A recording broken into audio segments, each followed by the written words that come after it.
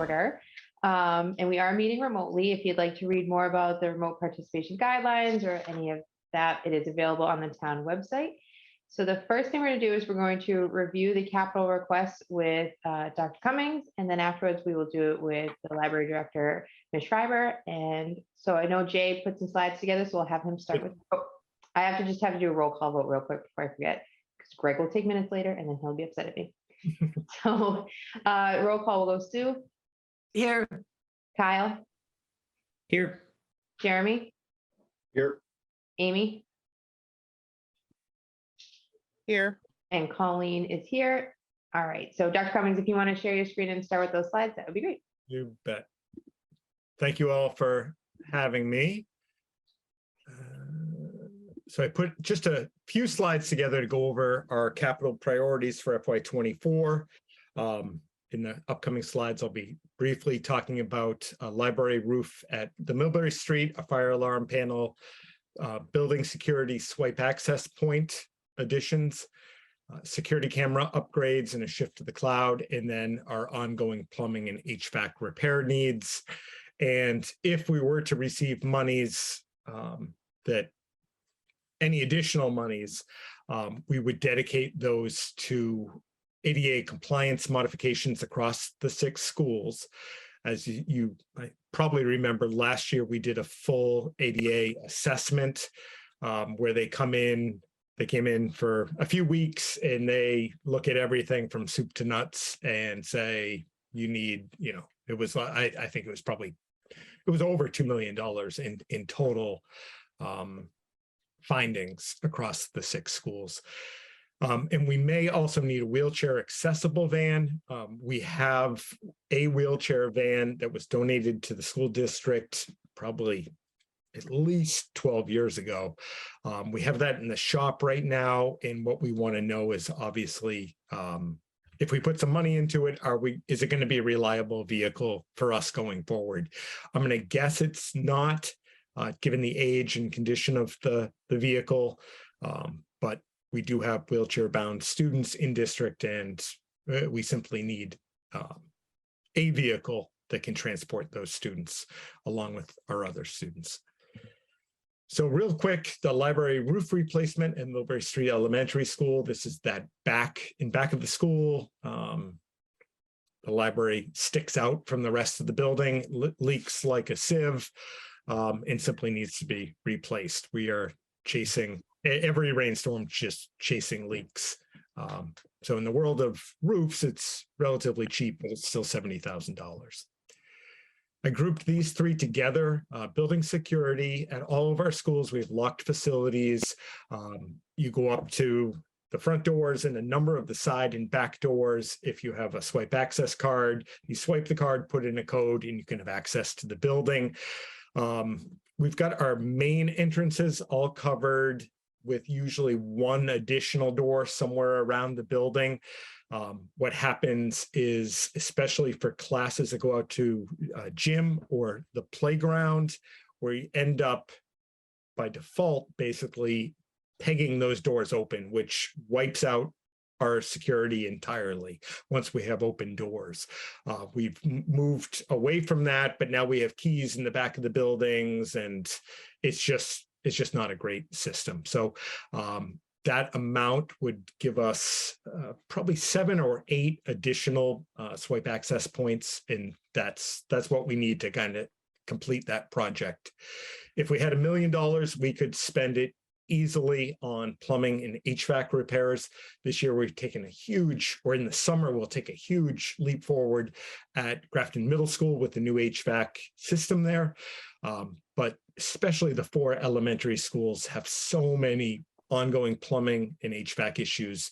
99% of them kind of behind the walls and in mechanical rooms that people just don't go into. But that's a constant struggle for us, is the outdated plumbing that we have. Last thing on this slide are security cameras. This one, I'm not sure if we're going to go forward with at this point or not. Evan may have talked about it on the town side, if you will, where we have cameras, obviously, in the different municipal buildings. He's looking to do the same thing, move to a cloud-based system and from kind of an antiquated server system. At the very least, we need to purchase one server. We have two and one is down, and it's not repairable. So we're working in partnership with Evan and William.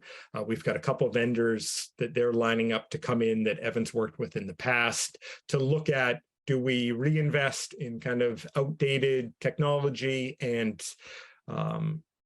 like physical servers, or do we move to cloud-based? If we move to cloud-based, it's about $231,000.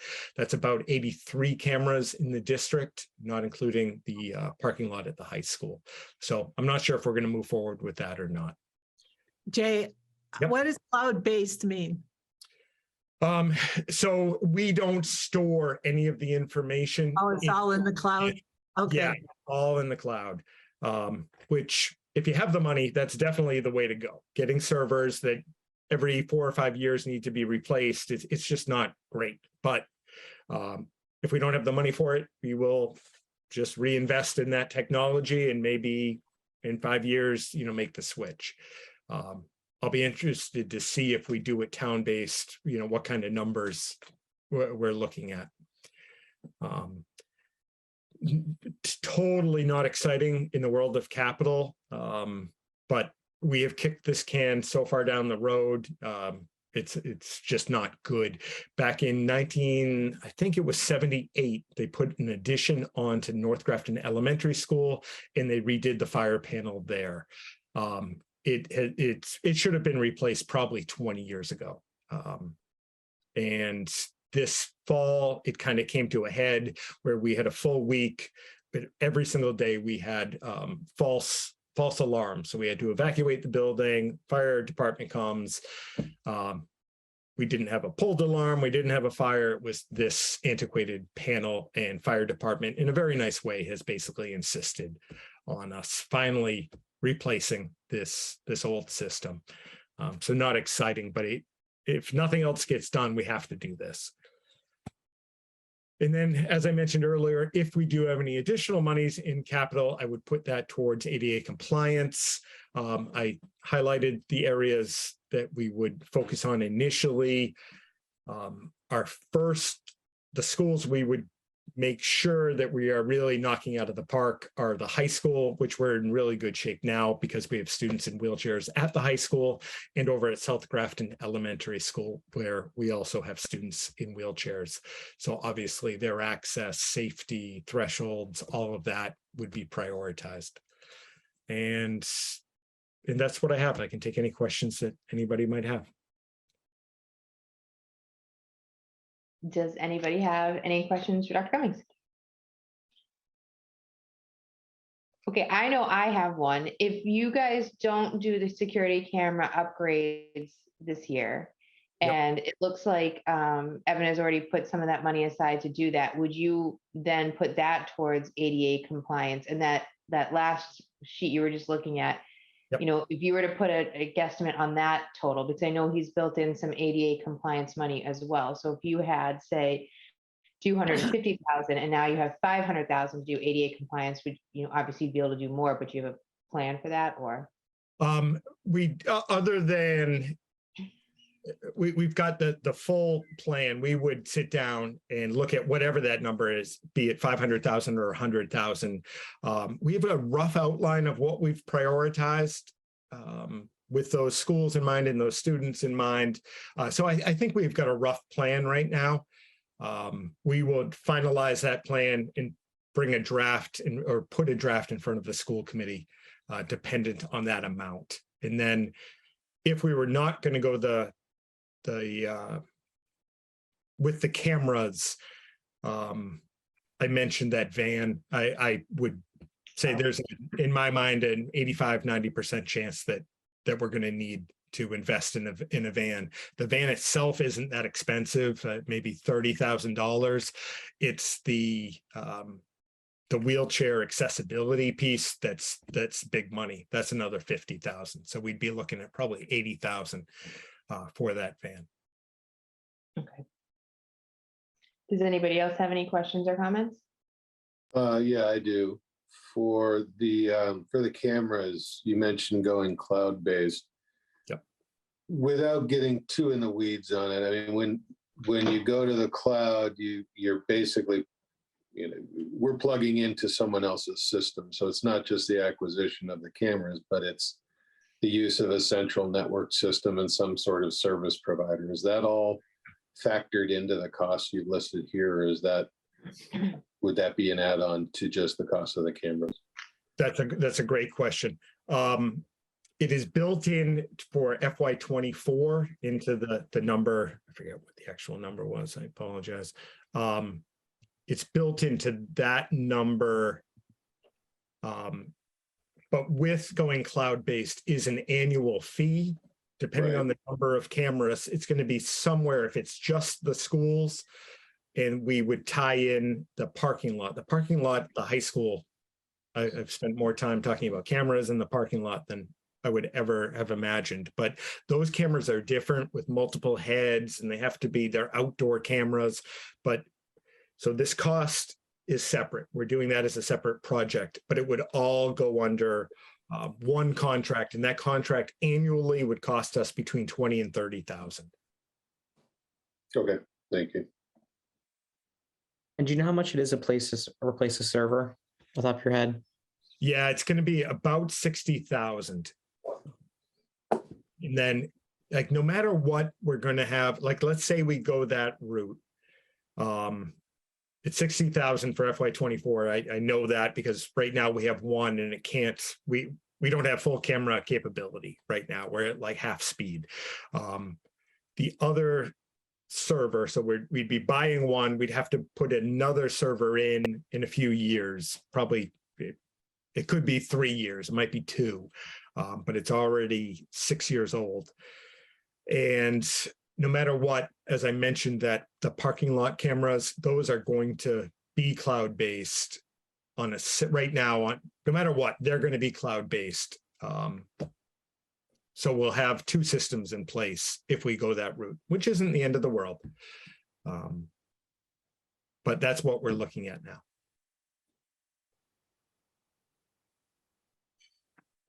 Okay, any other questions or comments?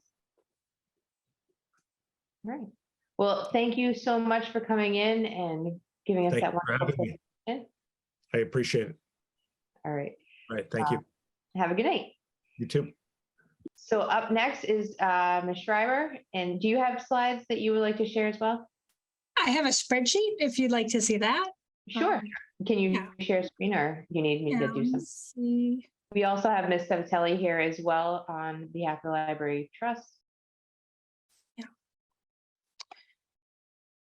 So just because we have a new building doesn't mean we don't have needs. And while our initial construction estimate came in low from our construction company, I think out of 16.6 million, it came in at 13.3. We did over $2 million of unanticipated soil remediation. So that ate away at any money that could have been used for things that popped up during the project, like a roofer bringing to the attention of the clerk of the works that the cupola, which was repaired 20 years ago, was going to be in need of restoration and preservation in the next couple of years.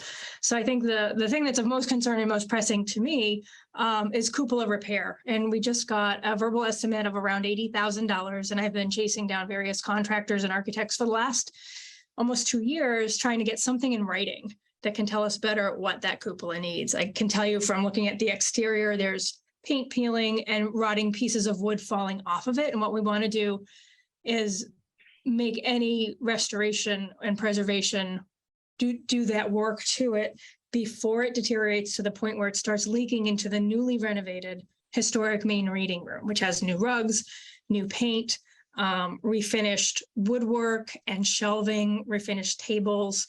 We do have an additional capital request to refinish chairs and other furniture in that room. It has new HVAC and sprinkler system, and we would hate to not repair the cupola and then additionally have to make repairs to assets that were just renovated last year. So I'm going to have architect David L. King, who did the work on it 20 years ago, come back, he's available just after Thanksgiving to take a look. So we can have a better idea of, do we need exterior work? Do we need to climb up through the attic and repair wood inside of it?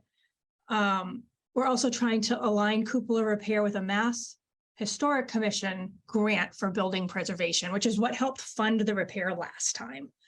And one thing that I don't have a clear picture of, and I'm hoping David can help with, is what kind of ongoing work should have been done or should we do in the future to the cupola, so that we don't have to come back every 20 to 25 years asking for $80,000, $90,000, $100,000. It's only going to get more expensive.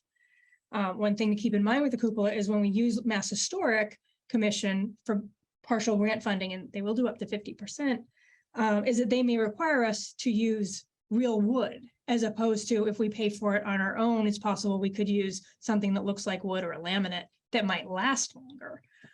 So we're just looking at all of those options and proactively trying to find funding. Cupola repair is something that I'm hoping to not go to the town for, but to pay for with Mass Historic Commission grant, 50%. Community preservation money would cover this repair. They could match it, or they could contribute to it along with state aid money administered by Board of Library Trustees, and possibly funding from capital campaign, because it falls under library capital. It's not just the pretty and sexy things like furniture and rugs. Go ahead, Colleen. So I thought CPC said that they would not be funding the cupola repair when you requested that.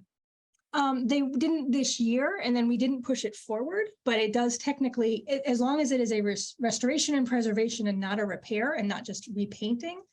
then it Right. could And I come thought back. that they had determined that this was more of a maintenance because they had helped fund it initially when it first Okay. was put in. That, at least, I mean, when I was at the meeting with them telling you that, I don't know if you remember that or not. I don't, but I can adjust the budget to reflect that. I think one thing that I would like you to take into consideration, Beth, is that when you have somebody come in to look at this cupola, they will determine whether it is restoration or repair. And I have a funny feeling it's going to be restoration, and it will probably be more than $80,000. Yeah. So when you get an estimate, try to get a real estimate and not a guess. No, because- I know. And like I've called, I think I've been in contact with 5 different contractors or roofers or construction people at this time. And it's been hard to pin it down and get somebody to give it to me in writing as opposed to just ballpark. Why is that? That's a good question. I have asked Bob Berger to assist me in getting in writing quotes from people, but mean, I called Heritage. I wouldn't hire anybody that couldn't give me anything in writing. That's why I keep moving on to somebody different. And why I finally picked up the phone and called David King and said, I need some help. But even he, as an architect, like he can write out what it needs and what he thinks the scope of work is. But then I still need to get an estimate from somebody who can do the work, whether that's a construction company or a roofer. Rockwell Roofers, who does work for the town, felt that the cupola needs to be removed completely and rebuilt. And the architect, David King, who I talked to today, said, no, that seems unnecessary. You would probably go up through the attic. So there's going to be very different cost estimates based on whether we can do it without removing it or if we have to remove it and take it away. I think an architect would have to determine how much of the wood is rotten and if it has to be all removed. Yeah. I think that's what you have to wait for. Yeah, so he's going to come out end of November. Yeah, in the meantime, we have had a roof leak in the historic reading room, but it is not related to the cupola, and the problem has been addressed. There's a pipe that needed caulking. And we now have an insurance claim in with our municipal insurance to make the ceiling repairs from the leaking that we have had. We requested a generator. It was brought to my attention by Paul Kronauer in DPW that the project should have included a generator to preserve the $16.6 million that we've just put into the library. But now I've heard some back and forth as to, do we really need a generator if the library has not been designated by anybody as, and this might be the wrong term for it, but as a place of respite, someplace where we would encourage the public to go for cooling in the summer or heating in the winter or as an emergency shelter. That's never been part of our mission or scope or long-range planning. But we did over the summer have Board of Health recommend to residents that they could come to the library to take advantage of cooling because of the high heat and the drought that we had. So this is something that could be let go if we determine that it's better to pay for any repairs from damage caused, say by burst pipes, because we don't have long-term electricity generated, only some emergency electricity that on battery backup that lasts for only a short period of time. Or we could decide we do want to invest in preserving the building and the money that we've put into it. And additionally, because we do have a shower and a kitchen and a state-of-the-art HVAC system, that maybe we do want it to be an emergency shelter or a place of respite. And I think that that decision doesn't rest with me. But it was brought to my attention, so I put it on the capital list and have tried to move it forward. I don't have an answer to a question about long-term maintenance or ongoing costs associated with the generator. I really don't know a lot about them, but my understanding is that the current wiring, even with the addition, may not be sufficient to sustain a generator large enough to manage a 25,000 square foot building or even a portion of it. So it may not be something worth pursuing. So are you saying, Beth, that the ARPA would put 36,000 toward the $200,000 cost? I think that we could have opted to use ARPA money for it, but I don't know that it was that anybody recommended that on any of the surveys that were done. And my estimate for a generator, and I priced them out, and $36,000 is the complete price tag for a generator for the building of this size. Well, because on our list, we have it for 200,000.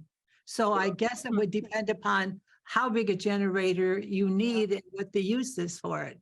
36,000 seems Low. really low to me. What fuel source is the generator that you costed out? That it would be electric. I'm sorry. I don't remember. I mean, it's a Okay. take the place of electricity, so electric doesn't. That might be part of it. If it's a solar powered generator and it stores a battery on it, and that could be why it's 200 and maybe it connects into the solar panels.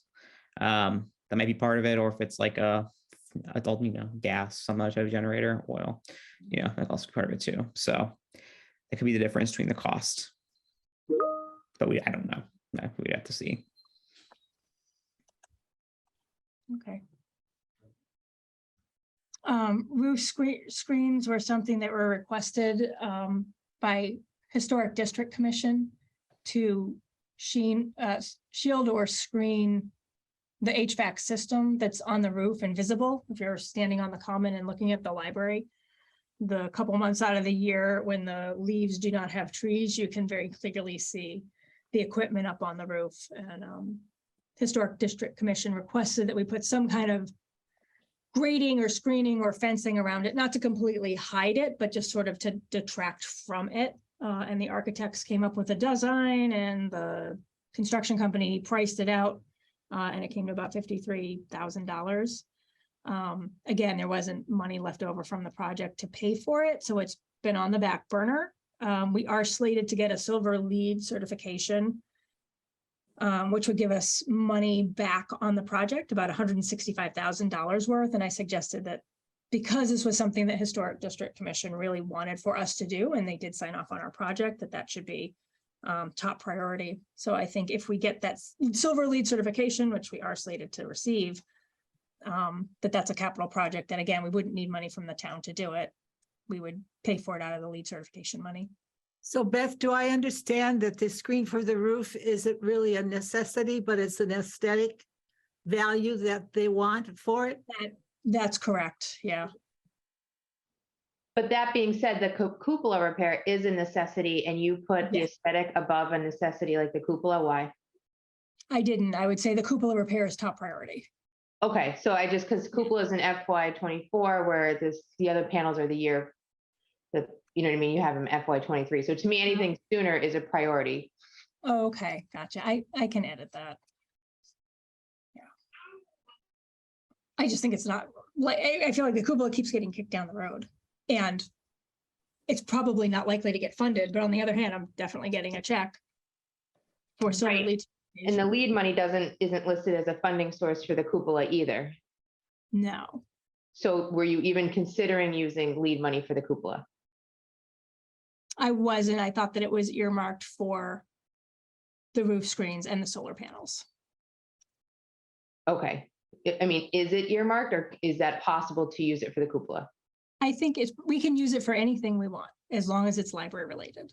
Oh, okay. So it's not earmarked. You can use it for anything you want. That's great. So you're saying you would definitely get the cupola repaired before any other projects with that lead money?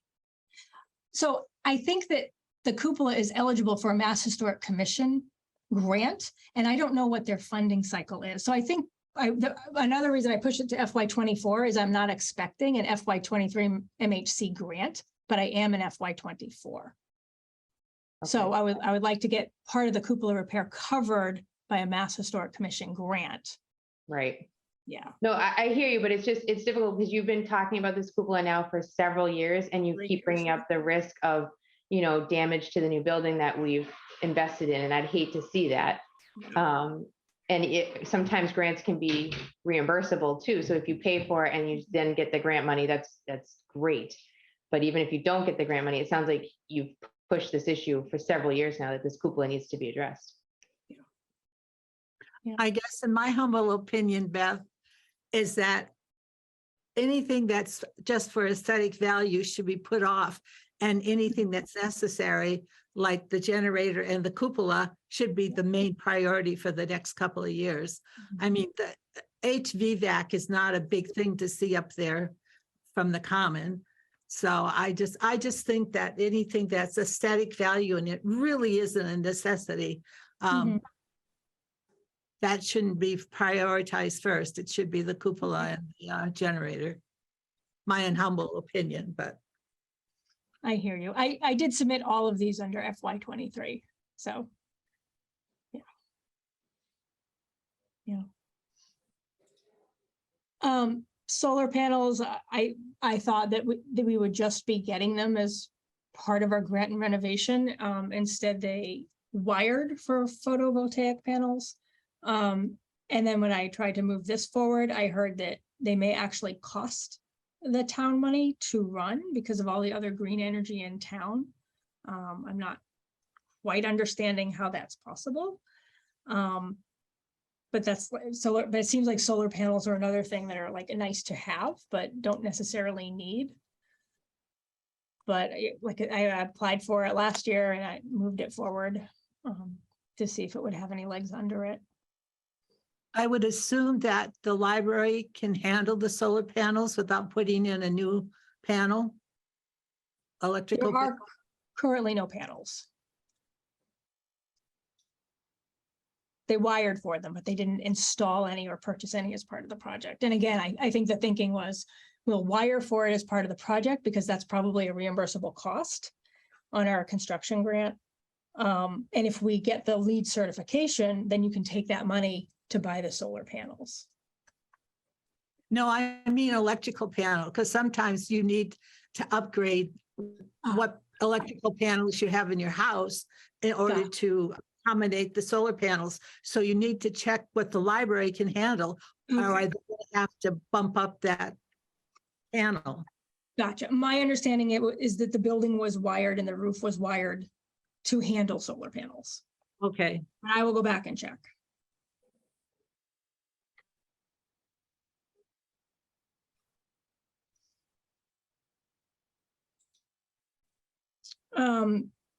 We have historical furniture in the historic reading room, which Historic Commission had asked us to restore. And we did get a letter from Historic Commission supporting the project and had it on warrant for town meeting. But then some members of the Board of Trustees had questions about the project, including, will it devalue this furniture if we restore it? How old is it really? Can we get it assessed? And how much does it cost to get new chairs? So again, this is something that we were pursuing because Historic Commission requested it as part of their sign off and approval of the project. But we pulled it so we could reevaluate it and may bring it back and may not. I think the bottom line though is I have 6 tables and I have 13 chairs, 3 of which are currently in such bad condition, we've had to pull them from the floor. So I'm, losing a seat every 6 months. If we buy new chairs that are similar to the historic looking chairs, they're at least 50 years old and they're Windsor style sack back chairs. A new or replica chair could be $1,000 to $2,000, which is a lot of money. A new wooden chair could be $400 to $600, but then it may not match what's existing in the room. And also, if the Historic Commission didn't want new furniture in the room, they wanted the old furniture restored.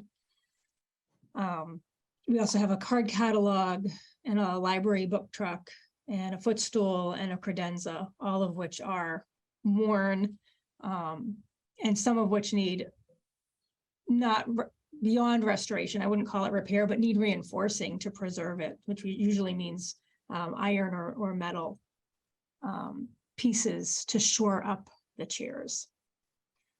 So we still have a funding request for $15,000, which we pulled from town meeting in October and may bring back in May for more funding. But this is also, it falls under CPC, but because it's preservation. And it could also be partially funded by either state aid money or capital campaign money. In my humble opinion, again, I think some of this stuff is worth keeping and refinishing because it has historical value that goes along with that library section. So if you can find a way to fund it through CPC, that would be great. Yeah.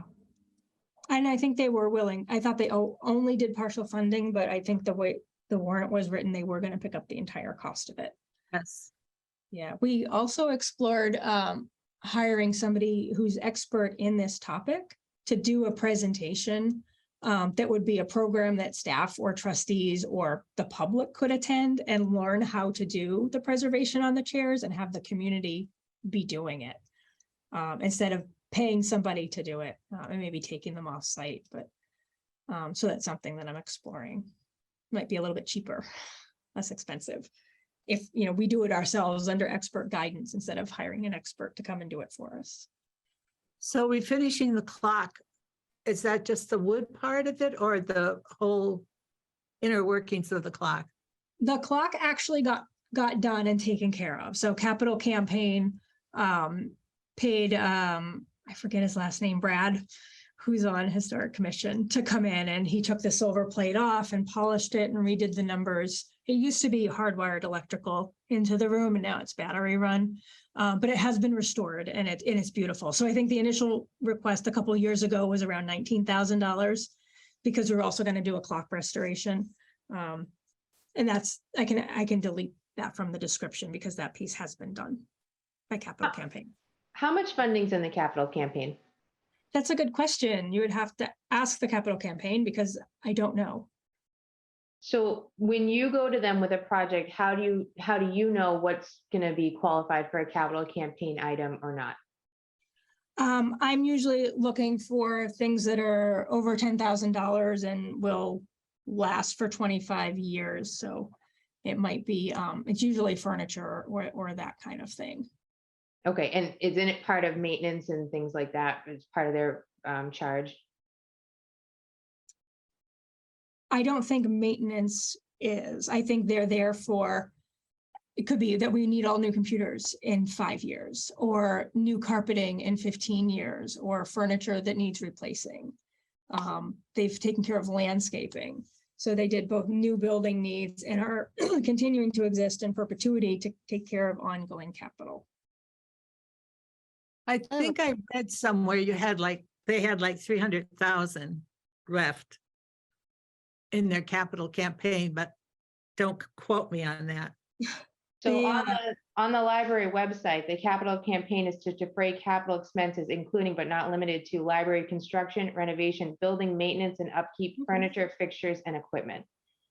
Okay. So it's just hard to know when it's being listed so many times of funding sources to know which ones could be qualifying, and especially if you don't know how much they have in there. Yeah. Well, and my question was about what are the priorities of the capital campaign? It's pretty unusual to see a capital campaign that is so open-ended. Like I've run capital campaigns, I've been on committees. Usually there are particular goals and items that are dictated. And this seems like, pardon my phrasing, I don't mean to sound glib, but it sounds like it's a slush fund for whatever you want to buy. And in the interest of fairness to the rest of the town that isn't able to do that sort of fundraising, I would like to see the capital campaign try to get as much of this stuff done as possible, because we have $20 million worth of stuff that needs to get done for the schools alone, and we can't raise that kind of money. We're prohibited by law. So I would really like to see that capital campaign listed as a funding source on as many of these items as it qualifies for. And if there's a document, an official document that says this is what we're allowed to spend the money on, that's going to help moving forward. Because by the description that Colleen just read, I'm not sure if something like computers would qualify. Mhm. They also don't necessarily qualify as a capital expense anymore under our current rules. So that's definitely something we're going to need to take a look at if you're going to need to be replacing computers, because we're not funding the school computers under capital either. Right. So that's a concern that I have, that they need to kind of shore that up. What is the definition? What is this money for? And to spend it, not to hold on to it for 20 years, because there are definitely needs. Yes. I know you opened the top of the presentation with, just because we're a new building doesn't mean we don't have needs. You certainly do, and you will for a long time to come. But I'm very uncomfortable with this very open-ended capital campaign situation, and I guess I'll leave it at that. Thanks. I hear you, and we'll convey that. Thanks.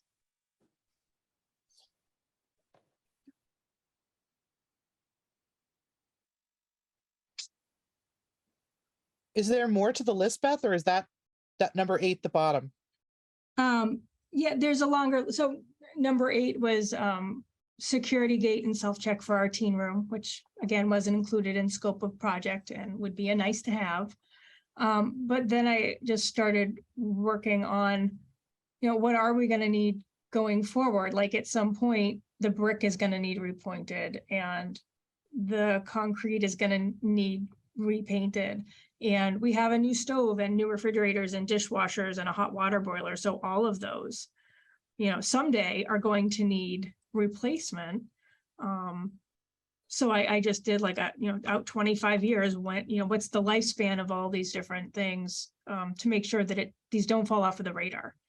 And to make sure that we're not waiting until, the refrigerator breaks down and staff's lunches are going bad and there's water leaking from the fridge. That we're not waiting to repair things until they actually break. So I see cupola repair listed on 14. Is that more like cupola maintenance once it is repaired? That's what you're doing there? yeah, Okay. well, or it's, if we do it next year, then, in 25 years, and it might be $100,000 by then, like it's going to need to be done again in 20 or 25 years.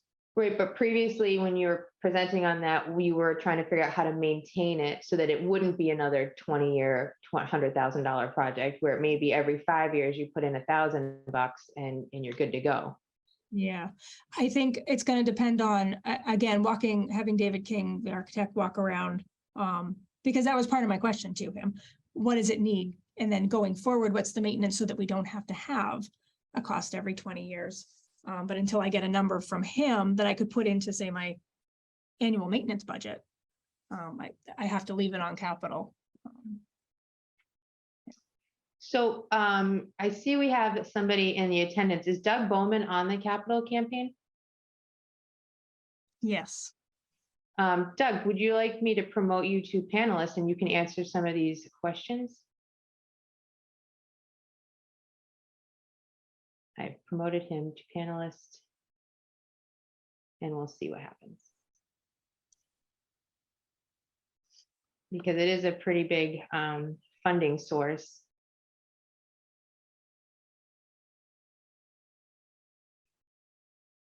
Hi, Doug. Welcome.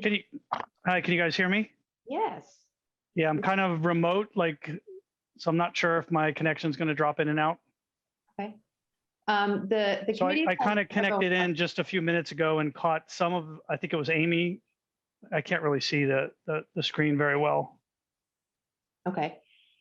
Yeah, so there've been a couple of questions regarding the capital campaign, especially because it is a funding source. And I guess one of the big questions is how much money does the capital campaign have, and how is the money being allocated?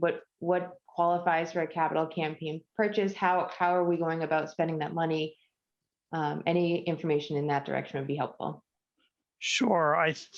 I'm guessing the balance is probably around a little over 200, maybe $250,000. We do have some projects committed that will take away from some of that.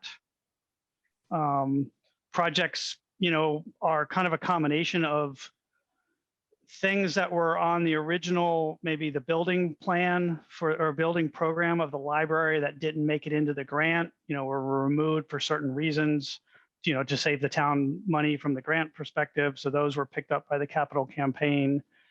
Some of the items were, if a donor, like the green roof, right? Green roof, something that was always mentioned for the project, but it wasn't in the project proposal. And we had a donor come to us and, willing to fund the green roof. So that's why we ended up with the 2 green roofs. Landscaping, brick, front landscaping, front patio, things like that were, a combination of things that the building committee thought would be, good for the library and good improvements. And also we had donors that were interested in funding those pieces. We haven't, so in some of the funds, we're planning on holding on to continue maintenance of those items. For example, the green roof, we could potentially save money to maintain that green roof for, the next 5 years or some period of time, or having money in case landscaping dies, or, we need some of that stuff from the original projects. Is there anything that prevents you guys from fundraising, though, to collect money for those projects as they arise versus holding on to money when you have a generator, a cupola, and like a library security gate at the teen youth room that can all be spent right now? No, not at all. I mean, we could always have separate campaigns down the road. I don't think this, the capital campaign was not meant just for a short-term fundraising effort, but there's no reason why we can't have dedicated fundraising efforts in the future. Yeah, I certainly think we will end up having those type of fundraising things in the future. Okay. I have one question for Beth. Could you explain to me how this library teen room gate, what it looks like, how it works?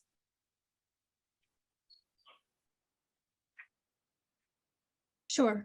So if you've been in the new building, there are security gates as you go in, because we've tagged all the items in the collection. And the idea is when you check it out, it unlocks the item so it doesn't set off the alarm when you leave. Correct. So the teen patio was an addition through the capital campaign. So that means that we never planned for an exit door that might be used for teen programming and as an egress, not just as an emergency exit.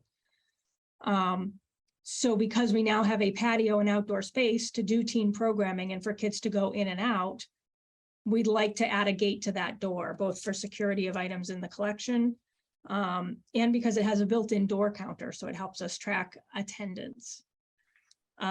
Right now, the door has an alarm and is being just used as an emergency exit. We have 4 self-checks in the building, and we never put one into the teen room. If you remember, the original design was to have one big youth services room. Right. And then Mass Board of Library Commissioners insisted we segregate by age and have a teen and a children's room. Teen services should have their own self-check computer. And if they have that, usually we want the gate as well so that we can, again, track items and protect the assets. So if the patio was part of the capital campaign, shouldn't the security that goes along with that be also part of the capital campaign, and can that just be funded that way? Yeah, that's not unreasonable, and it's certainly something that I can request. Can all of the capital items just be requested through the capital campaign? Yes, they can. but they aren't. There was some pushback when I included capital campaign as potential funders for some of these projects. So, From the capital campaign. yes. So I can bring them forward, but I cannot force any funding decisions. Well, Yeah, I think mean, we do the capital, sorry, this is Doug. I mean, the capital campaign, I mean, we have a committee that, reviews those things. So I'm not quite sure exactly which ones we're referring to. But certainly if you look at the cupola, the generator, the security systems, I mean, we don't have those funds in the capital campaign right now to cover those projects. But certainly some of those or some of the smaller ones, certainly. Well, the generator is what, $36,000, and you just said you had the 200, right? I thought the generator was like $230,000. Oh, I thought I just saw something with a different number. I apologize.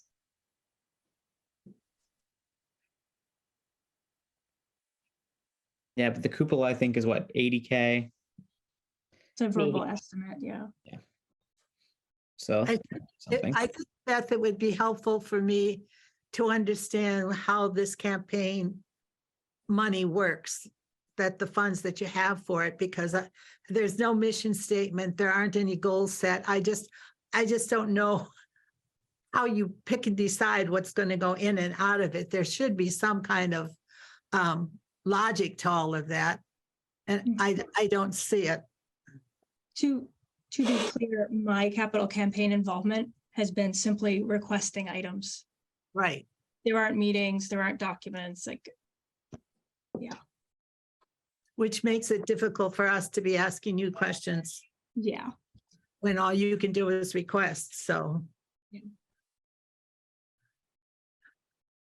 And just because as Doug, he knew about my remarks, but he didn't necessarily hear them all. I just want to reiterate that I've worked on capital campaigns before, and I've never seen one where there's no overarching principles, no goals, no mission, no specifics. And the library is very uniquely placed, and fortunately so, to be able to continue to raise money with capital campaigns. We can't do that for other parts of the town. We can't do it for the schools. We can't do it for the municipal center or the fire station and stuff. There are laws and we can't break them. And so when the Capital Improvement Planning Committee hears that the library has $250,000 that, and we have this big list of capital needs for the entire town. I mean, the schools alone, $20 million. We're never going to get there. And we can't raise that money. It does make it difficult for us to make these decisions. And I would really like to see the Capital Campaign Committee sit down and look at what the library needs and consider the requests and come up with a list of what they're willing to fund in fiscal year 23. And we can move forward from there, because there's only so much money to go around. And I think it's great that they were able to raise that kind of money. I just want to see it well used, and not saved too much and not put to waste. Yeah, and we'd be, the capital campaign would be glad to meet with you guys separately. I mean, we do have meetings, we have meeting minutes.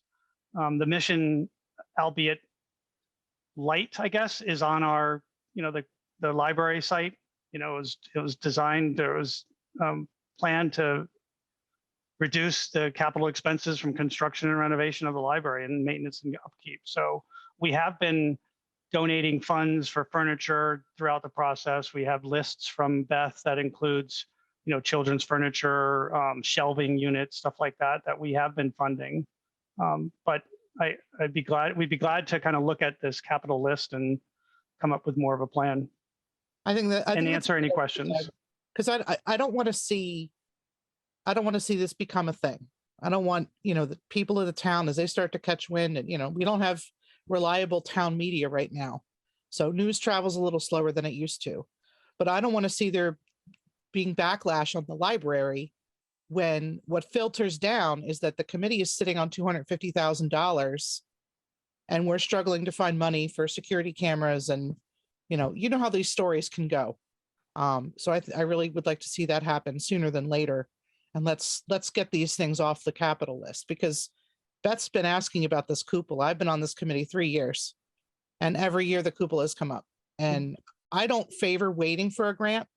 I think it needs to happen now before the situation gets so bad that we're looking at $500,000 in repair and, water damage. And if you folks have the money to do it, I'll personally request that you do it, because I think it's really important. It's a need, not a want.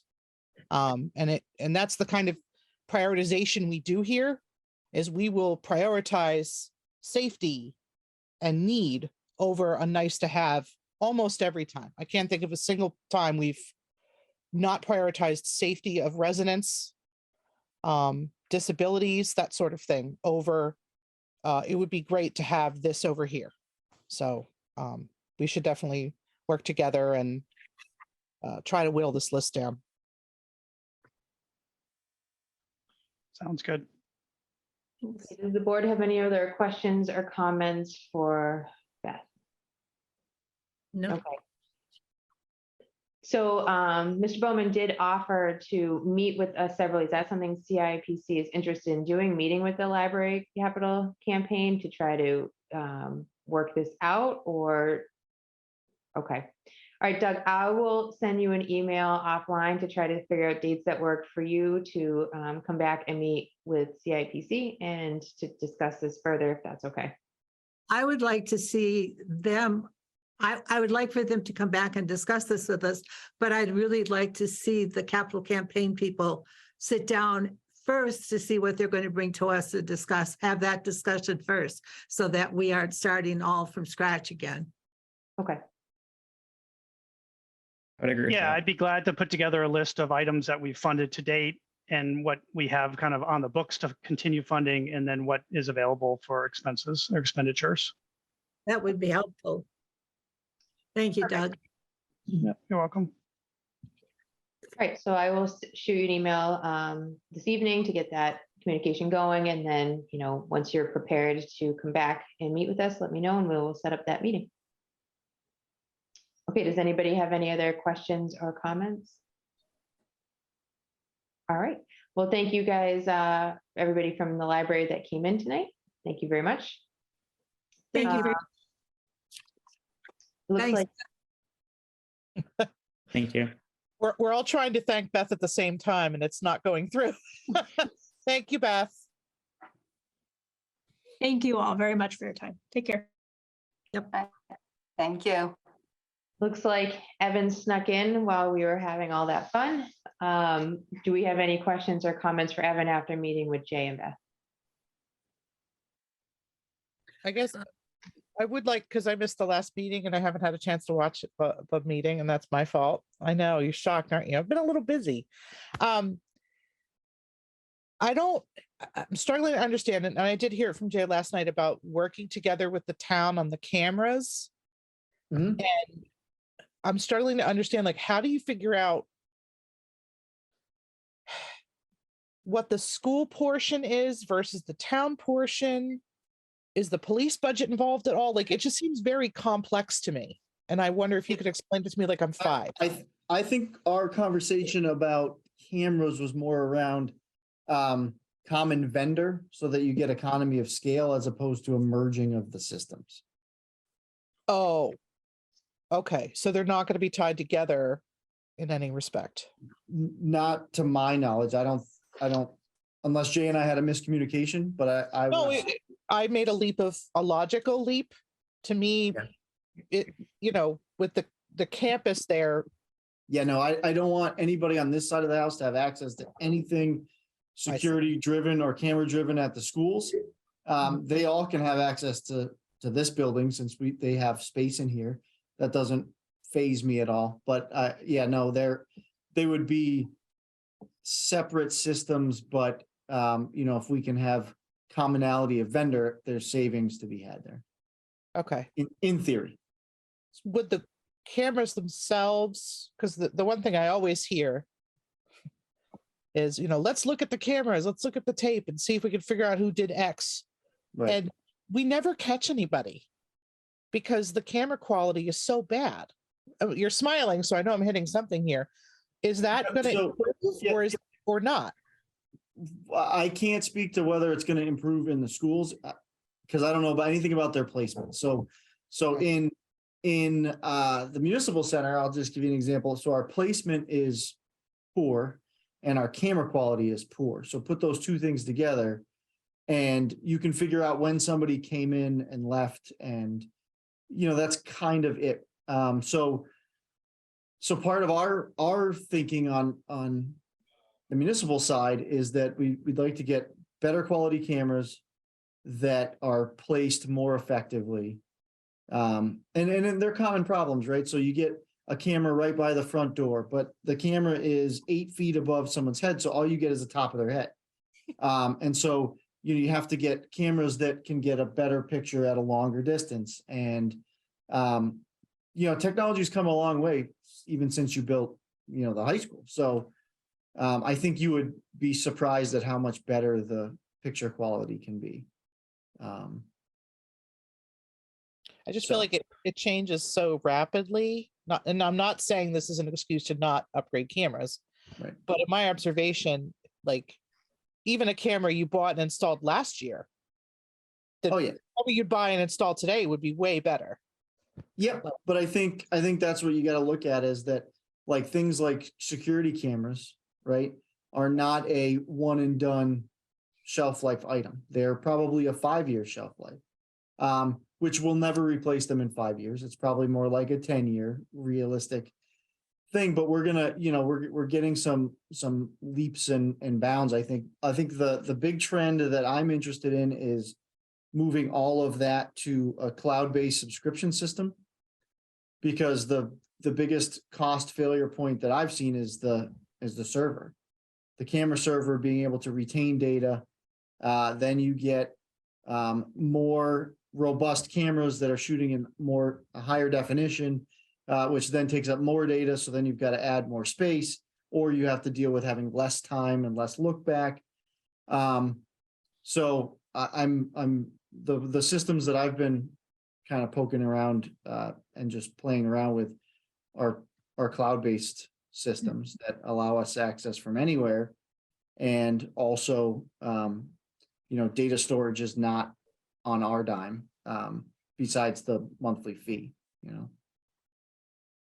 So Jay did say he was working closely with you guys on this system, but he wasn't sure if they would be moving forward with it. And I don't know if he was saying he wasn't sure if he was moving forward with it because he wasn't sure if it was going to be funded by the capital plan, or if it's because the technology and the cameras you guys want aren't available yet. And if that's so, that $230,000, would you just put that back into the account, or would you put that so you increase the amount of ADA improvements they could make?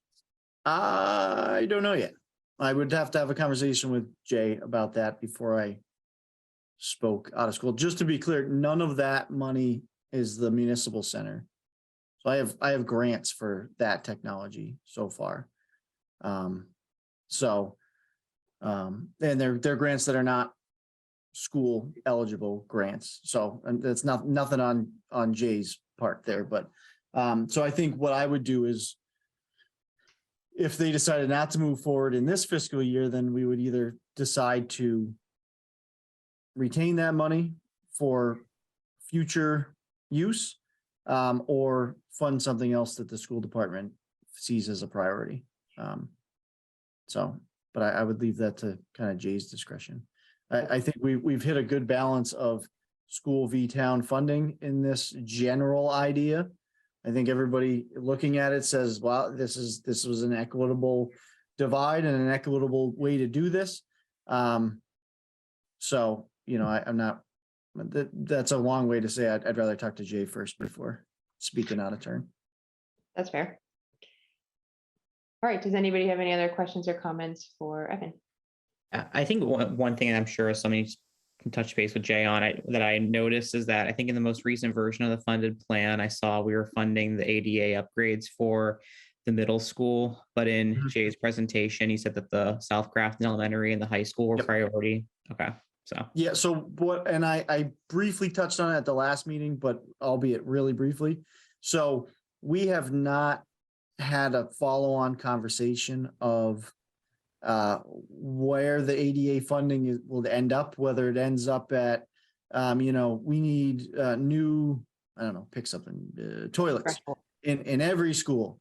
And so we don't have it broken apart that way. And that's partly because we got the school department got their study.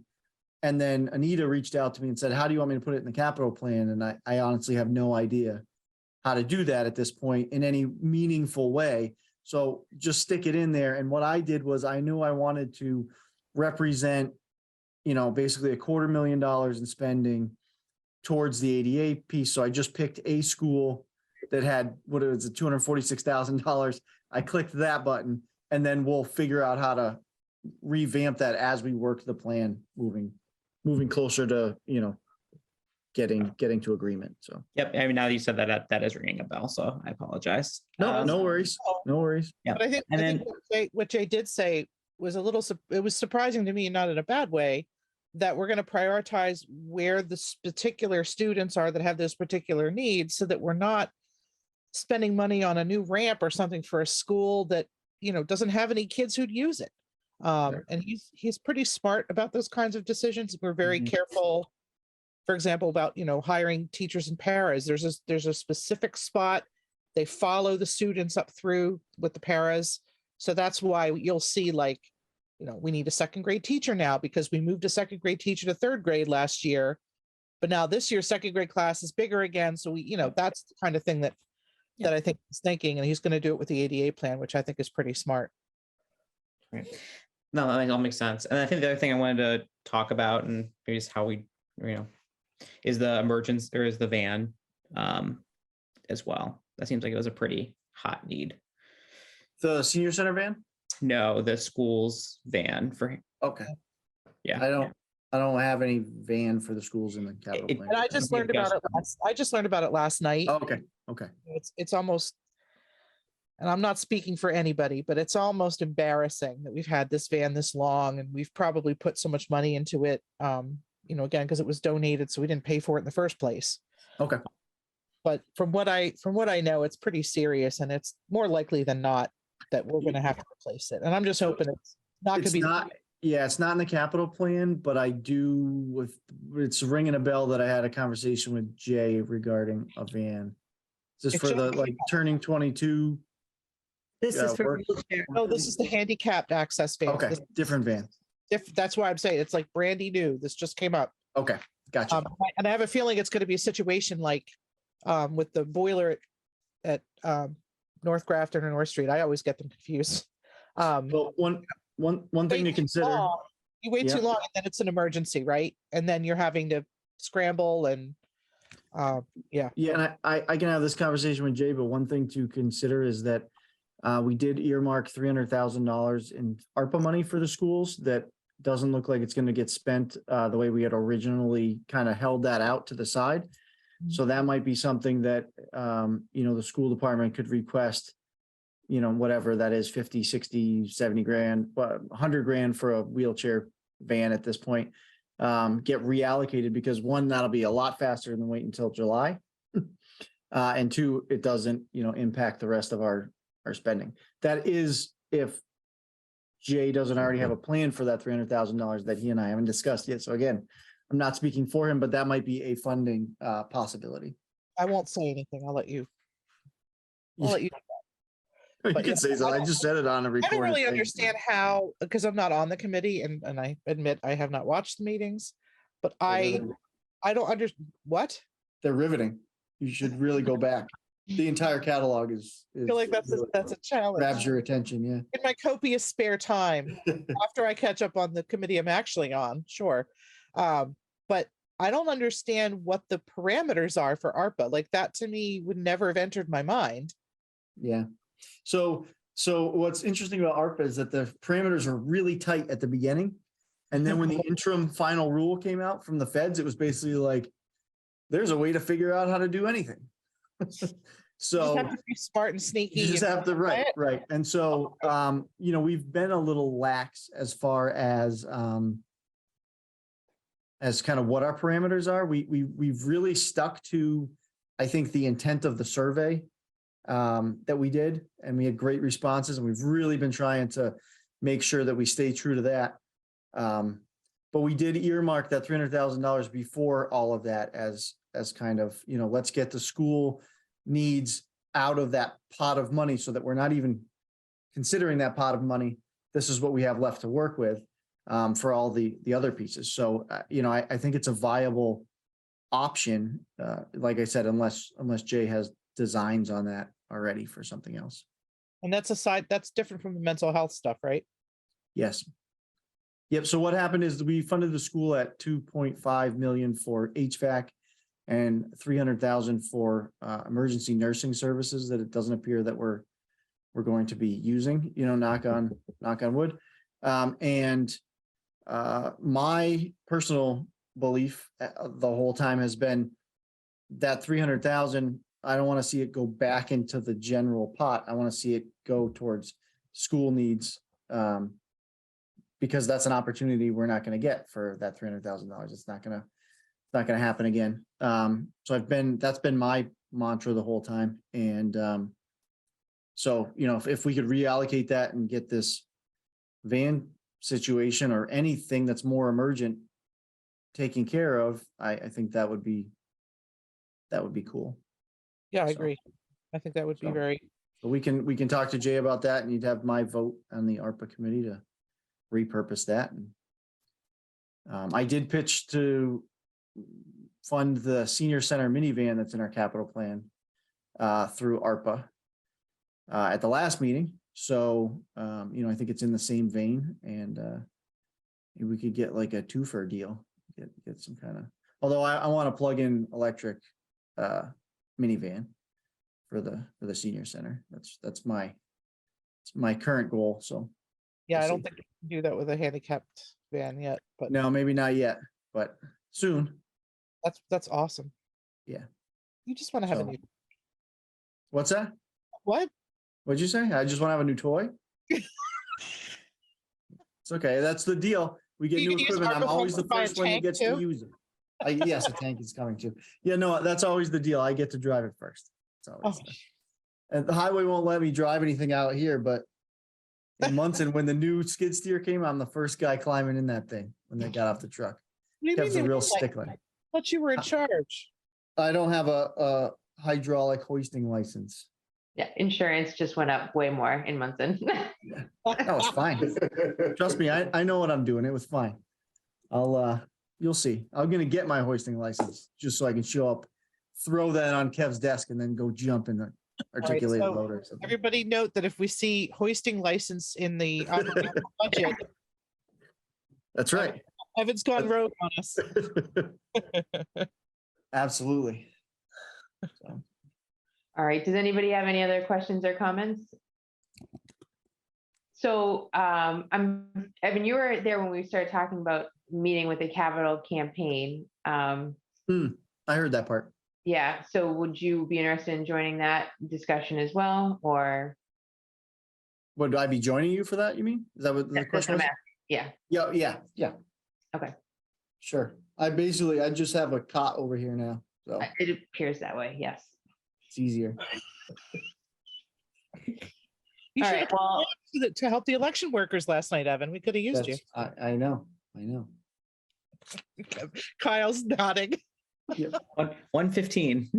Got to Nice. leave. You left at 1:15? Yeah, and I was not the last one. No, I know. all right, well, let's let Evan go home. So if we have no more questions or comments for Evan, we can say goodnight and let him start heading back. All right. Have a great evening. You And too. then Thank you. for us, the only thing we have left is to approve the meeting minutes from last week. So I can take a motion to approve the meeting minutes from November 2nd. So moved. Second, Motion made and seconded. Any discussion? Hearing none. All those by roll call. Sue, aye. Jeremy, Aye. Amy, Stayed. Kyle, Hi. Colleen, I declare the motion carried, and I'll send that right off. I just say Greg did an excellent job with those minutes. He always does. He gets them right out super quick, and it's very easy to stay on Somebody top. forgets the Yeah, attachment. but these were more detailed than he has in the past. These were good. Well, I asked him for extra detail Information. because I was missing it. Aw. Oh, All right, so I will reach out to Mr. Bowman about setting up a meeting. And then that one may not be as quickly, obviously, because they're going to get together and they're going to produce some information. So I might try to do that for December if everybody's okay with that. Just get through the holidays, give them some time if that works. I think they're gonna need that time Yeah. to put Okay. something together. All right. And if that doesn't work for them, it might be later and I'll shoot out something to let you guys know that. But we'll tentatively say sometime in December at this point. I just wish that Beth would have harder exact numbers for us instead of just, I mean, you get estimates, but some of them are really reliable and right on. And I wish she was working more toward that. Well, Yeah. she had some estimates that, the solar panels, all those were, I don't know if some estimates are easier to get than others, but to Amy's point, this cupola has been talked about for multiple years, that it seems bizarre that there's no written estimate at this point. Well, I would like to see all of the estimates for solar panels and everything that they have in writing. Mhm. So, Amy? Yeah, I'm flustered that the cupola is not the top priority, given the propensity for the situation to worsen and there to be worse damage to the building, which was just renovated, not to mention to protect the collection. That to me seems way more important than grates on the roof. I don't know what Historic District Commission is talking about. I've been on the common, I've looked over at the library. You really can't see much of anything unless you're really looking for it. And I don't understand this again, it's like an unfunded mandate from a town committee. Like, if they want it done, then why don't they have a fundraising arm to deal with that? I don't understand this notion that we have to hide any sort of modernity and spend money on it when we have actual needs in the community that we need to spend our money on. I'm so frustrated by that. Yeah. I mean, CPC wouldn't fund it. Yeah. It's I not don't know. preservation. It's, I mean, are you preserving the look of the common? Maybe they could make that case. I don't know. Yeah, I don't But know. the units are not the giant items that when that and not hearing the thing. that's what's in the plans. Oh, I wasn't sure if that was just me or. Now they're so small. Yeah, no, it was Amy. Amy, you're not coming through very well. It'll shut my volume. My internet connection's unstable. Ah, Sounds like it. Sorry. But it was interesting to hear, not only do they have capital campaign money, but that lead money that can go to anything, it sounded like, after, pushing on that. That's Yeah, but it sounded like $150,000. she hadn't really thought through the sequencing of the investments. Mm. She's sort of pocketed, well, this money's going to go to that, and this money's going to go to that, but this other thing's more important than either of the, it's. So I think she's got to revisit that list in terms of firmer numbers and clearer priorities. Right. I just thought it was very squishy. Yep. and It Nancy, doesn't make sense why there isn't anything on the capital plan currently when they have this pot of money to be able to fund so many of their needs between leads money and capital campaign. They should be pretty good. Agreed. she didn't seem to be able to answer the questions real specifically either. She just seemed to not really know a whole lot. So, Well, and this is where I wonder what role the trustees play in putting their budget together.